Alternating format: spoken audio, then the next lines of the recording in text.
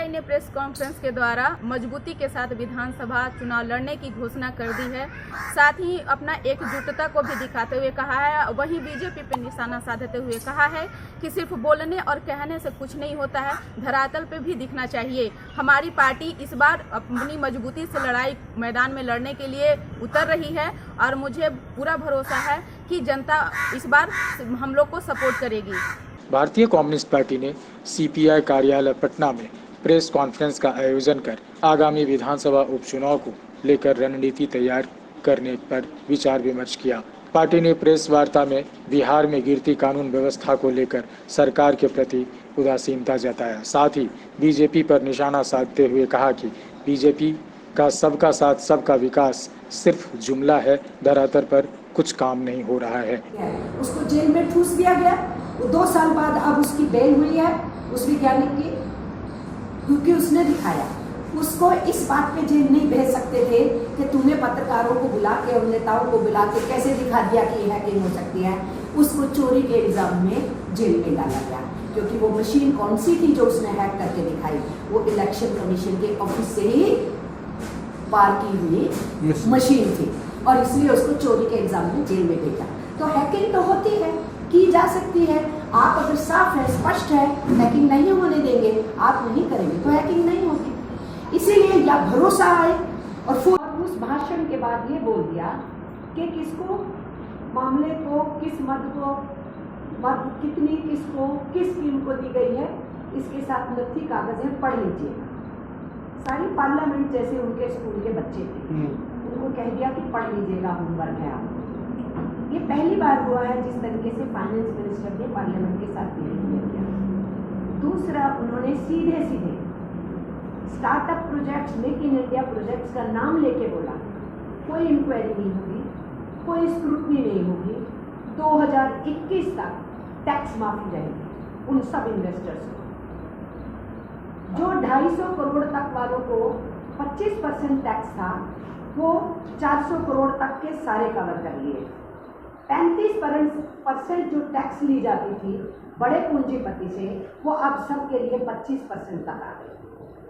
और जो indirect taxes थे वो बढ़ा दिए गए, महंगाई और बढ़ेगी। और बजट में खुद उन्होंने डीजल और पेट्रोल के दाम के बढ़ने की घोषणा की और बजट के 5 दिन के बाद बोला कि और दाम बढ़ सकते हैं। 100 दिन में महंगाई दूर करने के वायदे किए 2014 में और महंगाई बढ़ती रही और अब पहले बजट के अंदर खुद बजट में दाम बढ़ाए।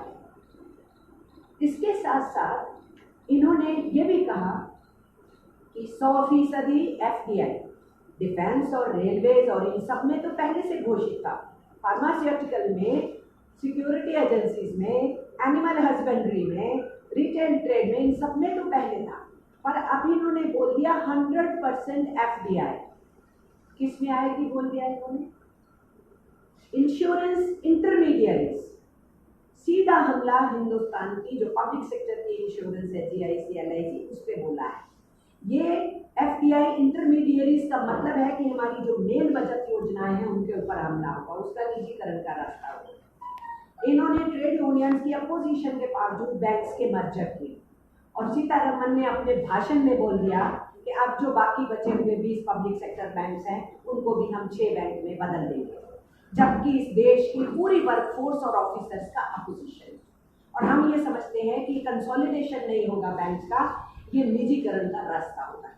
लेकिन नवंबर में हम राज्य संगठन सम्मेलन करेंगे, इसके पहले तमाम हमारे जिला का संगठन सम्मेलन, ये भी हम लोगों ने इस सिलसिले में तय किया। सांगठनिक मजबूती की अभी जो कुछ तात्कालिक सामयिक सवाल, इनसे बाढ़ का सवाल, बाढ़ सबसे बड़ा सवाल है। बाढ़ सुखाड़ दोनों बिहार में, एक साइड बाढ़, दूसरी तरफ सुखाड़। लॉ एंड ऑर्डर, गिरती कानून व्यवस्था का सवाल सबसे बड़ा सवाल। इस पर हम लोग 9 अगस्त को एक प्राइज टीचर करेंगे पूरे बिहार के लिए, हर ब्लॉक का घेराव, ये हमने कॉल अपॉन किया। ये कुछ हमारे यहाँ फिर एक सप्ताह पद यात्रा भी चलाएंगे सोलर, जनता के मुद्दों और सवालों को संग्रह करने। ये हम लोगों ने इस बैठक में तय किया। सारण, मुजफ्फरपुर, दरभंगा 3 शिक्षक निर्वाचन क्षेत्र विधान परिषद का, और एक पटना हम लड़ेंगे जहाँ स्नातक निर्वाचन क्षेत्र, ये 4 लड़ेंगे। और फिर हम जो है अभी जो 5 बिहार विधानसभा का उपचुनाव होने जा रहा है उसमें हम लोग 2 का तो तय कर लिए हैं। ये हमारा है नाथनगर और सिमरी बख्तियारपुर, और दरोदा का भी एक समझ बनी है कि वहाँ के साथी चाह रहे हैं कि लड़ना। ये 3 विधानसभा उपचुनाव हम लोग लड़ सकते हैं।